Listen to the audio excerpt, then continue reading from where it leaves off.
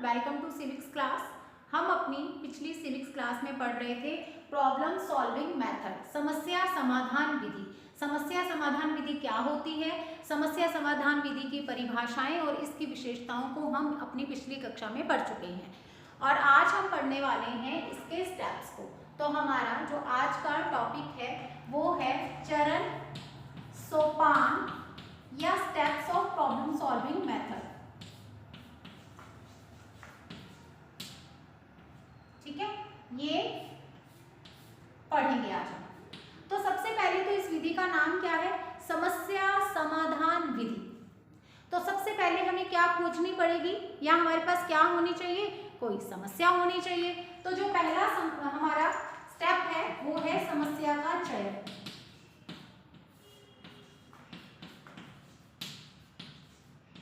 सबसे पहले तो इस मेथड को यूज करने के लिए हमारे पास कोई समस्या होनी चाहिए ना। तो समस्या का चयन करना ये हमारा सबसे पहले हमारे द्वारा किया जाने वाला कार्य होगा। ये हमारा सबसे पहला काम होगा इस मेथड को यूज करते समय कि हमारे पास कोई समस्या होनी चाहिए। अब वो समस्या भी तो आप अपने कक्षा के बालकों की रुचि, आयु, योग्यता इन सबको ध्यान में रख करके फिर ही चूज करोगे ताकि बच्चे उसको अच्छे से सॉल्व कर सके, इस मेथड में दक्ष हो सके। क्योंकि समस्या समाधान विधि क्या करती है, बालक को उसके भावी जीवन के लिए तैयार करती है। इस विधि में अगर बालक दक्ष हो जाता है तो इसका मतलब वो बालक कभी भी अपने जीवन में आने वाली कठिन परिस्थितियों में घबराएगा नहीं, बल्कि उनके समाधान या उनका हल ढूंढने की कोशिश करेगा।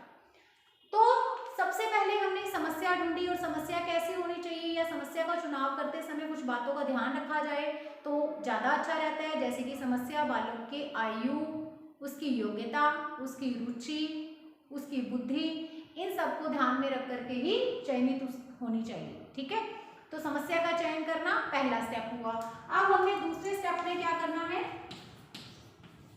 समस्या से संबंधित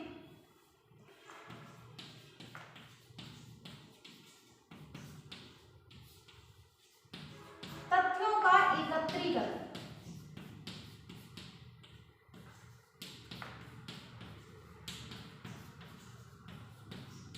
समस्या से संबंधित तथ्यों का एकत्रीकरण एवं उनकी व्यवस्था।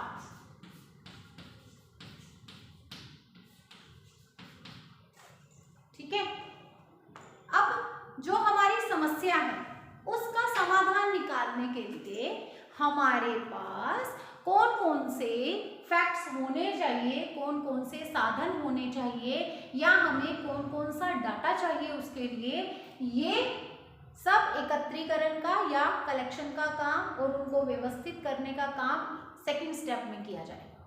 हमने पहले स्टेप में एक समस्या का चुनाव किया है, बच्चों को उस समस्या के बारे में बता दिया है कि हम इस समस्या पे काम करेंगे। सेकंड स्टेप में हम उस समस्या से संबंधित जितने भी हमें इंफॉर्मेशन चाहिए, जानकारी चाहिए, उस टॉपिक से संबंधित या उस समस्या से संबंधित, वो सब इकट्ठा करेंगे, एकत्रित करेंगे और इसके साथ ही उसे क्या करेंगे, व्यवस्थित करेंगे। देखिए, जब भी कोई जानकारी, जब भी कोई सूचना, जब भी कोई फैक्ट्स, तथ्य या फिर आंकड़े इकट्ठे किए जाते हैं तो वो व्यवस्थित नहीं होते हैं, क्रम में नहीं होते हैं, विचार हम ये कह सकते हैं कि क्रमबद्ध नहीं होते हैं। ठीक है, जैसे विचार अस्त व्यस्त होते हैं ना, वैसे ही हमें जो सूचना मिलेगी वो भी क्रमबद्धता लिए हुए नहीं होगी। तो हमें क्या करना होगा, उन सारी सूचनाओं को कलेक्ट करना होगा, उसके बाद उसे व्यवस्थित करना होगा। तो यहाँ पे सेकंड स्टेप में समस्या से संबंधित जितने भी हमें जानकारी, सूचना चाहिए उसे एकत्रित करके उसे व्यवस्थित करने का काम किया जाता है। उसके बाद थर्ड स्टेप में क्या होगा, तो थर्ड स्टेप में समस्या का महत्व स्पष्ट करना, ये तीसरा स्टेप है या सोपान है, समस्या का महत्व स्पष्ट करना। देखिए, आपने बच्चे को समस्या समाधान विधि के द्वारा दक्ष बनाना है समस्या का समाधान निकालने में। तो यहाँ पे ज़रूरी है कि हम क्या करें, बच्चे को पहले समस्या से अवगत करा के उसकी इम्पोर्टेंस को बताएं कि ये समस्या बहुत बड़ी है, इसका निराकरण किया जाना ज़रूरी है। हम किसी भी काम को पूरे मन से कब तब करते हैं जब हमें उस काम के पूरा होने का क्या महत्व है, क्या फायदे मिलेंगे उससे, ये पता होता है। ये तो मनुष्य का ये जो है मानव स्वभाव है कि हमें अगर किसी भी काम को करना है और हमें ये पता चल जाए कि इस काम को करने के बाद हमें ये फायदा होने वाला है, तो इससे क्या होता है, हम और भी ज़्यादा उसमें अपने इंटरेस्ट दिखाते हैं या हम और भी ज़्यादा गंभीरता से उसके अंदर काम करते हैं। तो इस तरह से समस्या का चुनाव करने के बाद, आंकड़े या सूचनाएं एकत्रित करने के बाद यहाँ पे हम क्या करेंगे, बच्चों से, क्योंकि हमने अच्छी तरह से काम करवाना है, बच्चे को अच्छी तरह से सिखाना है, इस मेथड को अप्लाई करना बच्चे को आ जाना चाहिए, इसलिए हम क्या करेंगे, बच्चे को इस समस्या का महत्व बताएंगे कि ये समस्या जो है अगर हम इसको सॉल्व कर लेते हैं तो ये फायदे होंगे। इससे बच्चे मोटिवेट होंगे इस काम को और अच्छे से करने के लिए। इस तरह से थर्ड स्टेप में हम बच्चे को समस्या की इम्पोर्टेंस से अवगत कराएंगे। उसके बाद फोर्थ स्टेप में क्या करेंगे, हम करेंगे जो हमारे पास हल आया है, ठीक है, हम यहाँ पे जो तथ्य या जानकारियां आई हैं, ठीक है, तथ्यों की जांच, ठीक है, जो जानकारी आई है उसकी जांच करेंगे कि क्या वो सही है ना।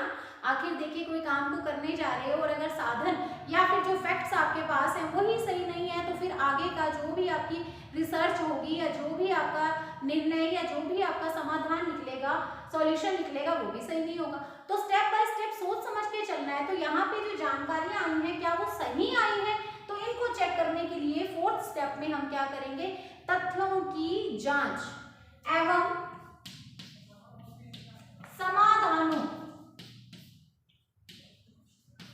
समाधानों का निर्णय, ठीक है। अब देखिए, किसी भी समस्या को सॉल्व करने का जब टाइम आता है तो हमारे पास बहुत सारे उसके आइडियाज होते हैं, सॉल्यूशन होता है कि क्या हम ऐसा करें या फिर हम ऐसा करें, है ना। एक हम ये कह सकते हैं उचित 4 में से किसी एक ऑप्शन को चूज करना पड़ता है। अब यहाँ पे आप देखिए कि जैसे मैंने आपको लास्ट क्लास में बताया था कि समस्या है कि कहीं से एक स्थान से आपको लॉकडाउन में दूसरे स्थान पर पहुंचना है, बहुत ही इमरजेंसी है, आपको वहां तक पहुंचना है, तो आप कैसे पहुंचेंगे वहां पे। तो आपके पास जो भी 3-4 आइडियाज है कि आप ऐसा कर सकते हो, आप ऐसा कर सकते हो, उसमें से सबसे राइट वाला कौन सा है उसको चूज करना है। तो यहाँ पे जो आंकड़े इकट्ठे हुए हैं उन आंकड़ों की जांच करनी है कि क्या वो आंकड़े जो फैक्ट्स हैं वो बिल्कुल सही है या नहीं है, क्योंकि अगर फैक्ट्स ही सही नहीं होंगे ना तो फिर जो आपकी समस्या है उसका समाधान नहीं हो पाएगा। इसके लिए ज़रूरी है कि जो फैक्ट्स इकट्ठे किए गए हैं, कलेक्शन जो हमारे पास है, जो जानकारी है, जो सूचना है, वो बिल्कुल राइट होनी चाहिए, ठीक है। तो यहाँ पे हम उसको चेक कर लेंगे अच्छी तरह से, और जो हमारे पास बहुत सारी तरह के सॉल्यूशंस आए हैं, किसी भी समस्या को सॉल्यूशन उसका करने के लिए बहुत सारे उसके तरीके होते हैं कि ऐसे भी कर सकते हैं, ऐसे भी कर सकते हैं, तो वहाँ पे निर्णय लेंगे हम, उनमें से किसी एक को चूज कर लेंगे, किसी भी एक रास्ते का चुनाव कर लेंगे, ठीक है। जो भी 2-4 आपके पास आइडियाज हैं, उन आइडियाज में से किसी एक का आप चुनाव कर लेंगे। फैक्ट्स को अच्छे से चेक कर लिया, बहुत सारे आइडियाज में से एक का आपने चुनाव कर लिया। इसके बाद नेक्स्ट स्टेप में आप क्या करेंगे, अब आप सामान्यीकरण करेंगे, उसको अप्लाई करना सामान्यीकरण होता है, सामान्यीकरण एवं निष्कर्ष निकालना,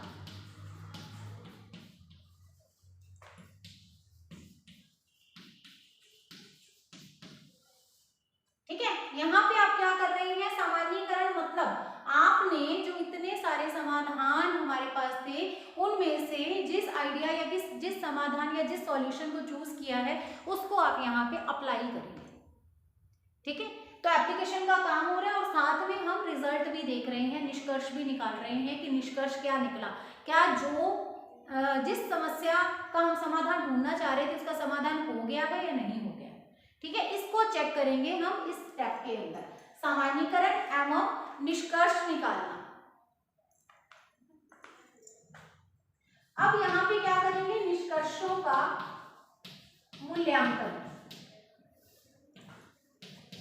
निष्कर्षों का मूल्यांकन एवं समस्या का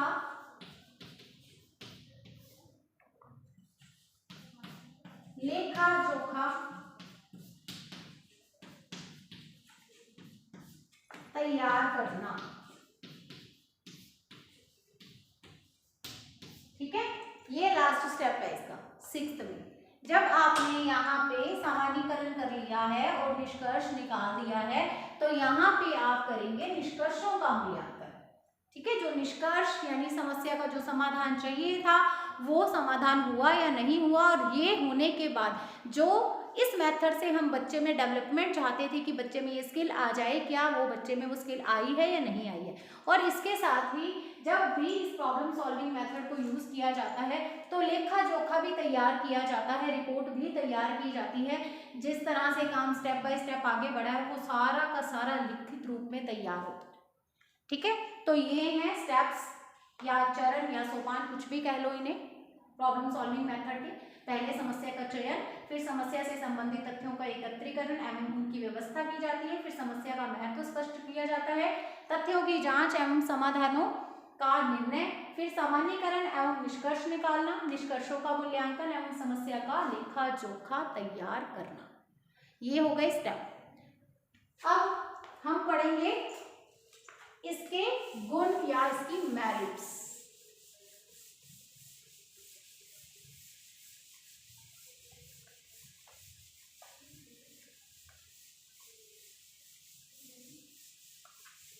आपके माइंड में अपने आप ही आगे होंगे क्या क्या पॉइंट होंगे, सोच करके देखो। जब बच्चे को समस्या दी जाए, बच्चा खुद मेहनत करके उसका समाधान निकाले तो उसमें क्या क्या स्किल आ जाएंगी, वो सारे इसके क्या हो जाएंगे, गुण हो जाएंगे।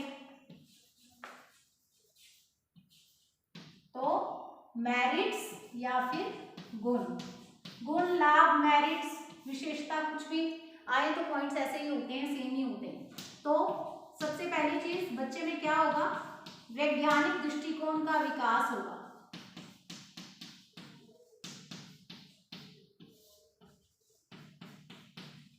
ठीक है, वैज्ञानिक दृष्टिकोण, देखिए जब कोई रिसर्च की जाती है, वैज्ञानिक बड़ी बड़ी रिसर्चेस करते हैं तो वो भी उसके लिए भी एक समस्या चाहिए होती है और इन्हीं स्टेप्स को वो फॉलो करते हैं। तो बच्चे की वहां पे हम ये कह सकते हैं जो बड़ा उसने करना है उसकी यहाँ पे शुरुआत हो जाएगी एक छोटे से स्टेप के द्वारा। तो बच्चे में सबसे पहले वैज्ञानिक दृष्टिकोण का विकास होता है, यानी वो वैज्ञानिक रूप से एकदम सही, क्योंकि सोचना सीखता है यहाँ पे। क्योंकि देखिए वैज्ञानिकता का मतलब सत्य की खोज करना। ठीक है, विज्ञान क्या करता है, सत्य की खोज करता है। तो वैज्ञानिक दृष्टिकोण मतलब सभी चीजों को सत्य के साथ जोड़ना, जो दिख रहा है रियल पे विश्वास करना। तो समस्या का समाधान निकालने के लिए बालक कल्पनाशीलता से परे जाता है। मैं पिछली कक्षा में आपको अच्छे से एक उदाहरण देके समझा चुकी थी, क्या कि कल्पनाशीलता है कि हमारे पंख लग सकते हैं, लेकिन अगर समस्या ये है कि लॉकडाउन में आपने एक शहर से दूसरे शहर में जाना है तो क्या एक ऑप्शन भी रख सकते हो कि पंख फैला करके उड़ के चले जाएंगे, नहीं हो सकता ना। तो वैज्ञानिकता मतलब जो रियल है उस पर ही काम होता है। तो इसलिए यहाँ पे जो सबसे पहला गुण इसका है कि ये बच्चे में क्या करती है, कल्पनाशीलता से परे जाकर के वैज्ञानिक दृष्टिकोण का, यानी एकदम वास्तविकता के साथ उसको जोड़ती है, वैज्ञानिक दृष्टिकोण का उसमें विकास करती है। इसके अलावा इसका दूसरा गुण है स्थायी ज्ञान। बच्चा जो इसमें सीखेगा कभी भूलेगा क्या, नहीं, क्योंकि मैं लास्ट क्लास में आपको बता चुकी हूँ इसके कॉन्सेप्ट में कि ये जो पूरी की पूरी विधि है ये करके सीखना पर डिपेंड करती है। ठीक है, बच्चे इसमें करके सीखते हैं, उनका अधिगम यानी कि वो व्यवहारिक ज्ञान उन्हें प्राप्त होता है। इसलिए ये ज्ञान कैसा होता है, तो पूरी तरह से ये स्थायी ज्ञान देने वाली विधि है। इसके अलावा बच्चे में क्या गुण आ जाएंगे,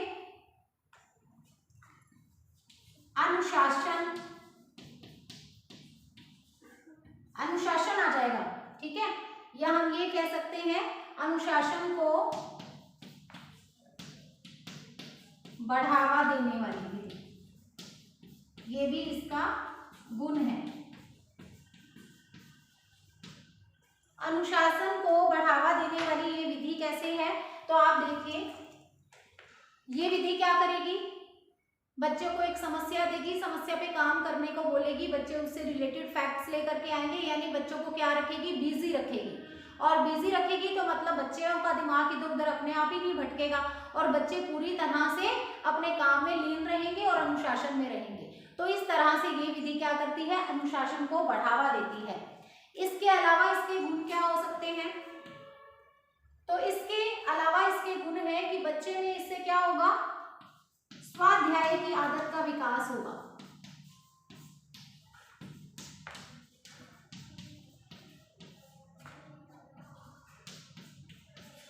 स्वाध्याय, अब ये जो फैक्ट्स लेके आने हैं ना, तथ्यों के एकत्रित करना है और उसके बाद उनका व्यवस्थीकरण करना है, तो ये बच्चा खुद करेगा। तो बच्चे में अपने आप से पढ़ने की, यानी स्वाध्याय मतलब जो मैटर ढूंढ करके लाना है वो बहुत सारी किताबों में से, पत्र पत्रिकाओं में से या फिर पुस्तकालय से लेके आना होगा। तो बच्चा अपने आप से पढ़ने के प्रति क्या होगा, अपने आप से मोटिवेट होगा, प्रेरित होगा। ठीक है, तो बच्चे में कैसी आदत, स्वाध्याय की आदत का विकास होगा। इसके अलावा मानसिक विकास में सहायक। तो बालक जब समस्या का समाधान खुद निकालेगा तो मानसिक शक्तियों का क्या होगा, विकास होगा ना। बहुत सारे उसको संश्लेषण विश्लेषण करना पड़ेगा, इतने सारे आइडियाज हैं, उनमें से कौन सा आइडिया सबसे बेहतर है, फिर दोनों पहलुओं को देख करके कि अगर ये वाला समाधान चूज किया तो पता नहीं प्रॉब्लम सॉल्व होगी या हो भी सकती है, नहीं भी हो सकती है, कितने सारे पक्षों पर उसे सोचना विचारना पड़ेगा। समाधान लास्ट तक यानी 6th स्टेप तक पहुंचते पहुंचते उसको बहुत संश्लेषण विश्लेषण करना पड़ता है इसमें। तो इस तरह से मानसिक शक्तियों का या मानसिक विकास में ये विधि सहायक होती है। इसके अलावा क्या इसका गुण है, व्यावहारिकता का ज्ञान या व्यावहारिक ज्ञान में सहायक।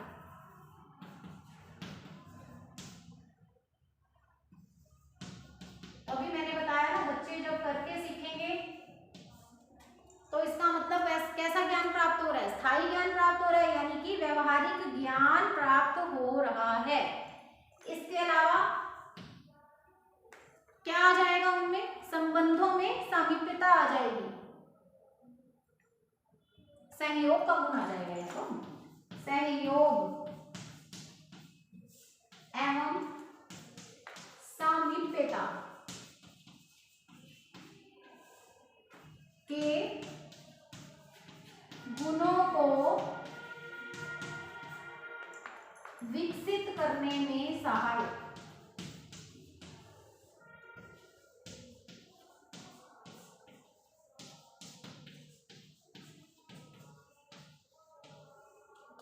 ठीक है, तो इसमें क्या होता है, बच्चे मिलकर के एक दूसरे का सहयोग करके फिर से काम करते हैं। तो इसमें क्या होता है कि बालक आपस में एक दूसरे का सहयोग करना सीख जाते हैं। आप इसके लिए क्या कर सकते हो, बच्चों के ग्रुप्स भी बना सकते हो और या फिर पूरी क्लास को एक जैसा ही काम दे सकते हो। तो इससे क्या होता है कि बच्चे आपस में मिलजुल करके सहयोग की भावना लेकर के एक दूसरे के साथ सहयोग करके काम करते हैं, मिलजुल के काम करते हैं। सामीप्यता का भाव आता है। सामीप्यता आपस में विद्यार्थियों में भी जो संबंध होते हैं वो अच्छे बनते हैं और इसके साथ ही जो अध्यापक के साथ बच्चों के संबंध हैं वो भी बहुत ही प्रगाढ़ और मधुर हो जाते हैं। दोनों जगह ही फायदा मिलता है। इसके बाद इसका अगला गुण है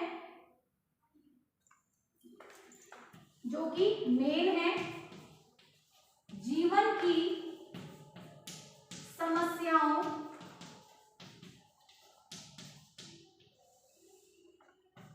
को सुलझाने में सहायक।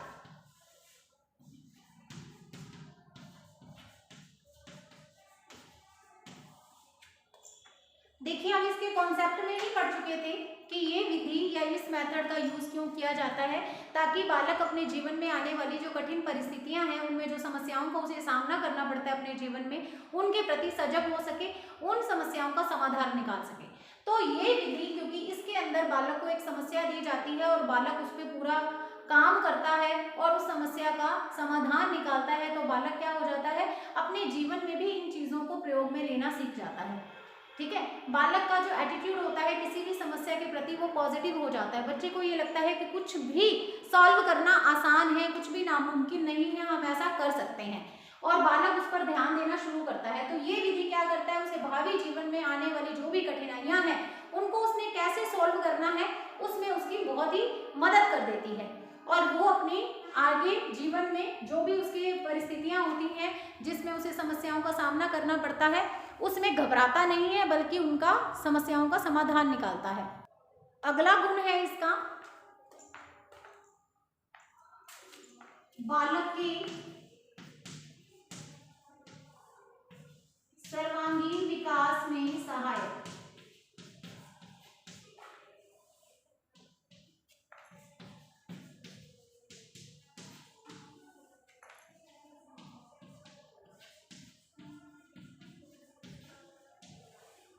ठीक है, बालक के सर्वांगीण विकास में सहायक।